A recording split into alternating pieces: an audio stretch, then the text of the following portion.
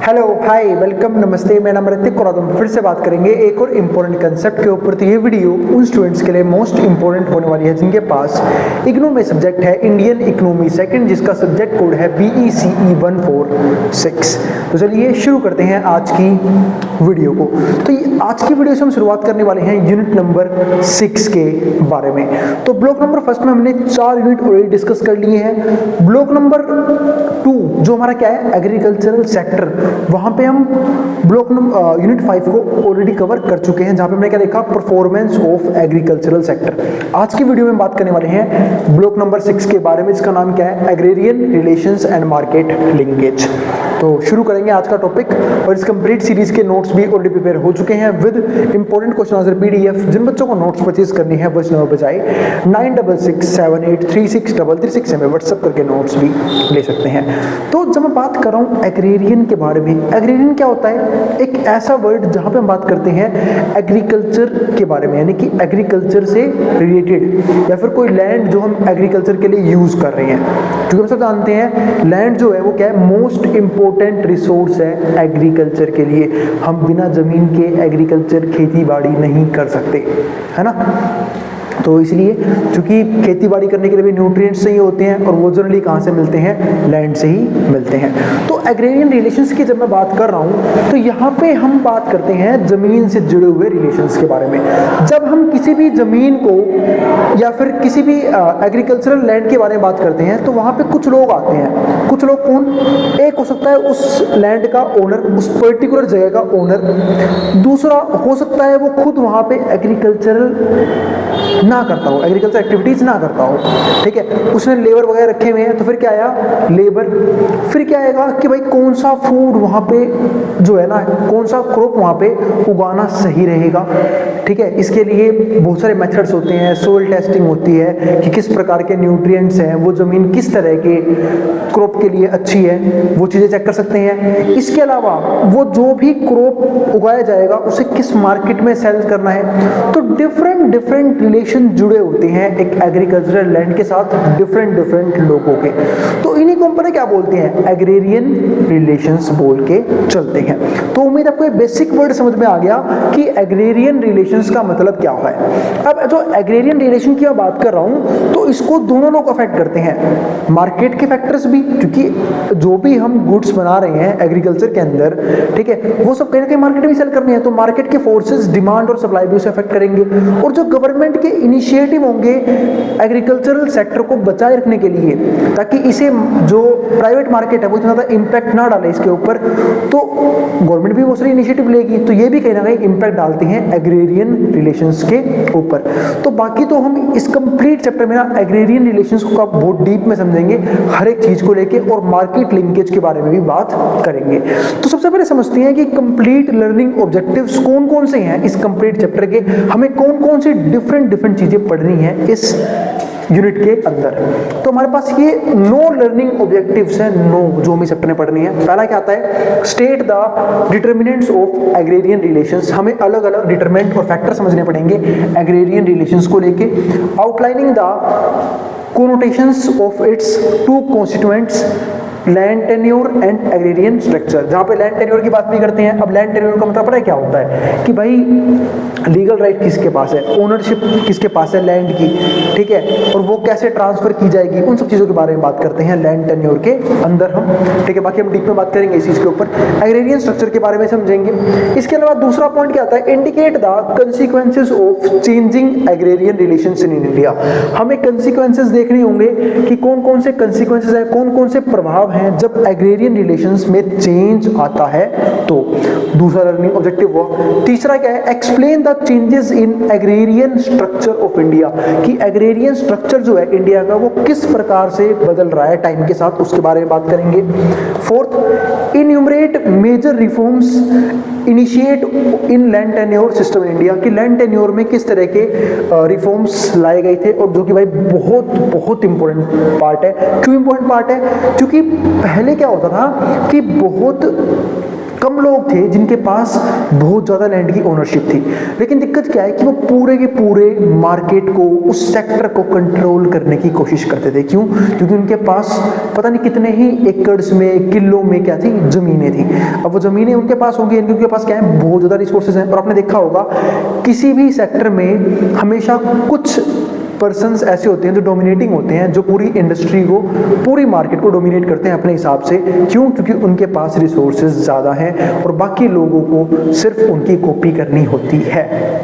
तो उस चीज़ को ख़त्म करने के लिए गवर्नमेंट ने बहुत सारी रिफॉर्म्स भी लिए, उन सब के बारे में बात करेंगे। जहाँ पे गवर्नमेंट ने ये बताया कि एक पर्सन के पास कितनी ही ज़मीनों की ओनरशिप हो सकती है। आपने इंडिया की आज़ादी के बाद देखा भी होगा, बहुत से रिफॉर्म्स ऐसे लाए गए। जब आज़ादी हुई तो वहाँ पे रिफॉर्म्स में ये चीज़ पहले डिटरमाइन कर दी गई कि एक पर्टिकुलर पर्सन जो है वो इस पर्टिकुलर अमाउंट से ज़्यादा लैंड होल्ड नहीं कर सकता।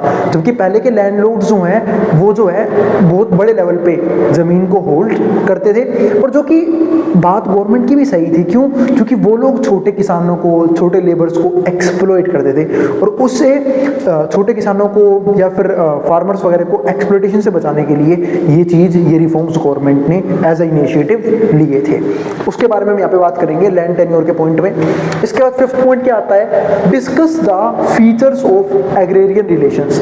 हमें अलग अलग फीचर समझने पड़ेंगे एग्रेरियन रिलेशन के बारे में, हम ये भी समझेंगे। 6th पॉइंट क्या है, describe the concept of share cropping with its advantage and disadvantage.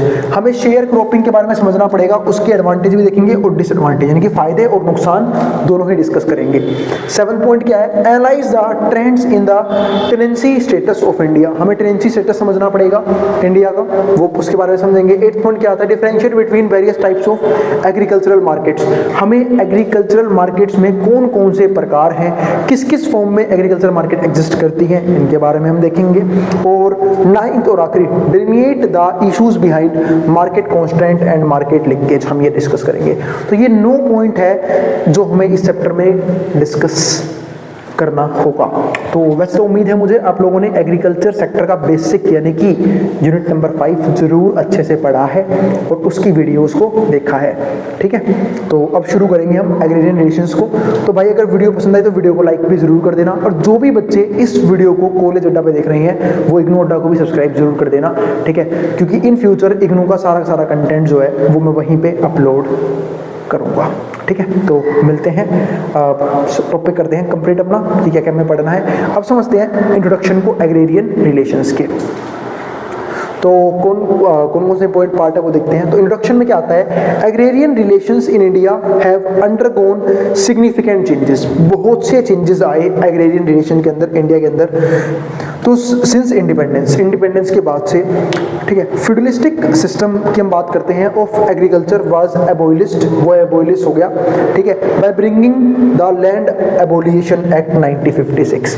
मतलब तो पहले के सिस्टम में था ना कि भाई जिसके पास जितनी ज़्यादा लैंड होल्डिंग्स है वो रहेंगी ही रहेंगी, क्योंकि पहले के जमींदार्स ने, लैंडलॉर्ड्स ने, ठीक है, बहुत बड़े लेवल पे लोगों को, मजदूरों को एक्सप्लॉइट किया था। ये चीज़ हम अच्छे से जानते हैं। क्यों? क्योंकि वो करते क्या थे, वो छोटे फार्मर्स को, ठीक है, उनसे काम भी करवाते थे। ठीक है, उन्हीं को पैसा उधार पे भी देते थे, वो भी हायर रेट ऑफ इंटरेस्ट पे। ठीक है, और उनसे इंटरेस्ट से चार्ज करते थे। अगर मान लेते हैं कोई पर्सन हमारा प्रिंसिपल अमाउंट नहीं चुका पा रहा है, क्योंकि भाई बहुत सारे केस में हमें ना क्रॉप फेलियर देखने को मिलता है। उन सब चीज़ों की वजह से जो लोग हैं वो अपना कर्जा नहीं चुका पाते थे, इंटरेस्ट भी नहीं चुका पाते थे। तो होता क्या था, लोगों को जो है ना अपनी ज़मीनें जो हैं, जो उन्होंने गिरवी रखी होती थी एज अ कोलेट्रल लैंडलॉर्ड्स के पास, वो उन्हें बेचनी पड़ती थी, उन लैंडलॉर्ड्स के हवाले करनी पड़ती थी। फिर वो अपनी ही ज़मीनों पे एज अ मजदूर काम करते थे। ऐसे बुरे हालात देखे तो गवर्नमेंट ने क्या किया, यहाँ पे इनिशिएटिव लिया कि कोई भी पर्सन एक लेवल से फालतू लैंड होल्ड नहीं कर सकता।